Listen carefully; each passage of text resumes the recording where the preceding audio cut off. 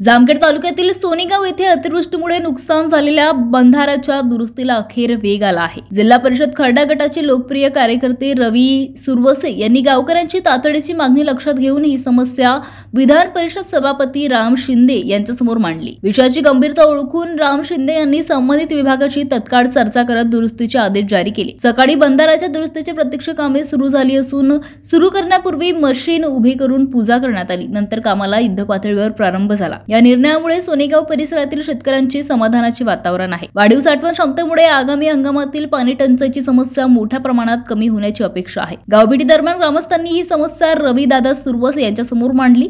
मुद्दा लक्ष येताच त्यांनी तातडीने पुरवठा करून अल्पावधीतच कामाला सुरू केली आहे। ही ग्रामस्थांसाठी मोठी दिलासादायक बाब ठरली आहे। महाराष्ट्र टीव्ही 24 करिता दानसिंग साळुंखे, खर्डा। सप्टेंबर महिन्यामध्ये आपल्या जामखेड तालुक्यात विशेष करून खर्डा भागात खूप मोठी अशी अतिवृष्टी झाली होती आणि त्या अतिवृष्टीमध्ये खैरी तलाव भरला आणि त्याच्यावरती जो मोहरी तलाव होता तो फुटल्यामुळे तिथून पाणी जास्त वाहून आलं आणि बरंच आपल्या भागात नुकसान झालं।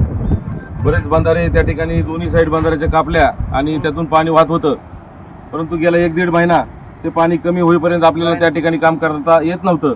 मागच्या 8 दिवसापूर्वी मी जिल्हा परिषदसाठी इच्छुक असल्या कारणाने गावभेट दौरा करत होतो। त्यावेळेस 8 दिवसापूर्वी मी सोनेगाव या ठिकाणी आलो होतो आणि सोनेगावमधील सरपंच असतील, सर्व ग्रामस्थ असतील यांनी मागणी केली की आमचे आता बंधाऱ्याच्या दोन्ही साईड बुजल्या पाहिजेत, नाहीतर उद्या शेतकऱ्यांना त्या ठिकाणी पाणी वापरासाठी मिळणार नाही। इथून सोनेगावमधून मी गेल्याच्या नंतर राज्याचे विधान परिषद सभापती माननीय राम शिंदे साहेब यांची भेट घेतली आणि त्यांना हा विषय सांगितला।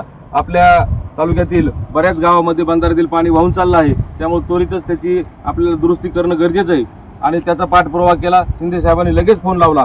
काल सुद्धा नगर परिषदेच्या व्यस्त अशा निवडणूक प्रचारात असताना सुद्धा मी त्यांना आठवण केल्यानंतर त्यांनी अधिकाऱ्यांना फोन केला आणि काल रात्रीच सोनेगाव या ठिकाणी माननीय शिंदे साहेबांच्या फोनच्या नंतर आणि माझ्या पाठपुराव्यानंतर मशीन आपल्याला उपलब्ध झाली। आज या ठिकाणी सोनेगावच्या या बंधाऱ्याचं दुरुस्तीचं काम या ठिकाणी सुरू करण्यात आलेलं आहे। हे काम झाल्याच्या नंतर सोनेगावचा अजून एक खोटे वस्तीवरील बंधारा आणि त्याच्यानंतर धनेगावचे बंधारे असं हे काम जोपर्यंत काम पूर्ण होत नाही तोपर्यंत मशीन या ठिकाणून जाणार नाही आणि हे काम करत असताना कुठल्याही शेतकऱ्याला काही अडचण होणार नाही याची काळजी मशीनकडून घेतली जाईल आणि जर काही अडचण आलीच तर मला फोन करा, मी तात्काळ या ठिकाणी परत येऊन आपली काय अडचण असेल तर ती सोडवीन।